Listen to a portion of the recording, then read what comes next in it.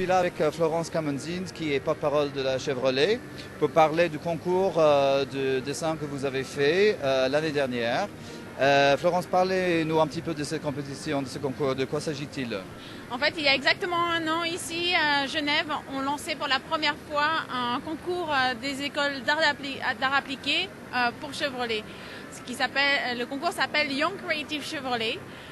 Il y avait 8 pays qui avaient décidé de participer en Europe.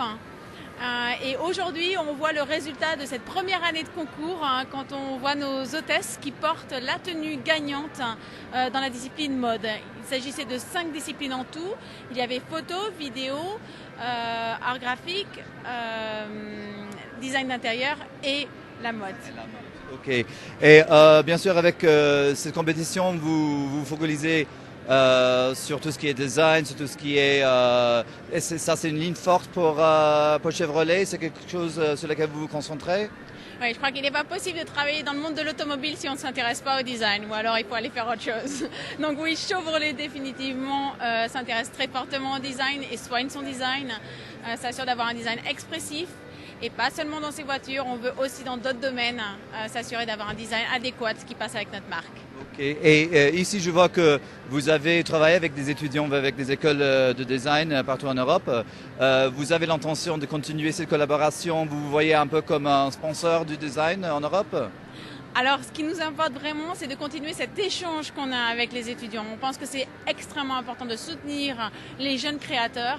C'est ça qui peut nous donner aussi de l'inspiration. Et je peux vous dire déjà aujourd'hui, il y avait 8 pays qui s'étaient inscrits l'année dernière. Il y a 15 pays qui sont inscrits pour cette année. Donc définitivement, la compétition continue et va devenir nettement plus dure. Superbe. Alors, je comprends qu'on a Léa Schindler, c'est la gagnante de la partie mode. Bonjour Léa.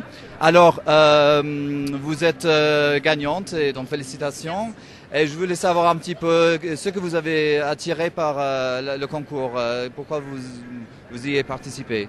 Parce que c'est une très très belle expérience et surtout je suis très fière maintenant de les voir toutes porter mes robes et je les trouve super belles et je suis très contente et très fière d'être là et voilà. Et donc, le briefing que vous avez eu, c'était de vous inspirer un petit peu des valeurs de Chevrolet, voilà, c'est ça? Oui. Pour en créer quelque chose de représentatif dans la mode, c'est ça? Voilà, ok. D'adapter les valeurs de Chevrolet sur une tenue pour des hôtesses qui soit portable et élégante pour le salon de l'auto. Expliquez-nous un petit peu comment vous avez fait alors. Alors, je me suis inspirée du pneu. Donc, je me suis inspirée de tout ce qui était... traces de pneus, tout ça. Et donc je l'ai transmis sur un maclassage qu'on peut voir aussi. C'est ça. Et donc j'ai pris le jean comme matière parce que pour moi c'est une matière qui est moderne, qui est pratique et qui est confortable. Donc il ne faut pas oublier qu'elles sont quand même 15 jours dans des robes. Et du coup elles sont bien, elles se sentent bien, elles sont jolies, elles sont élégantes et c'est tout ce qui représente Chevrolet. Ah, ok, donc c'est ça, dans les valeurs de Chevrolet, voilà, on retrouve dans la robe. Dans la robe. Ok. Voilà. Et donc comme première expérience au niveau de votre carrière, quelle importance a-t-il pour vous? C'est une très très belle carte de visite et un beau nom dans mon CV pour plus tard.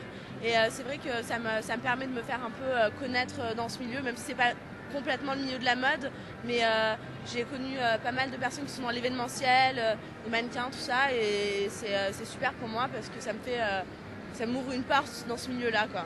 Ok, félicitations encore et merci à vous.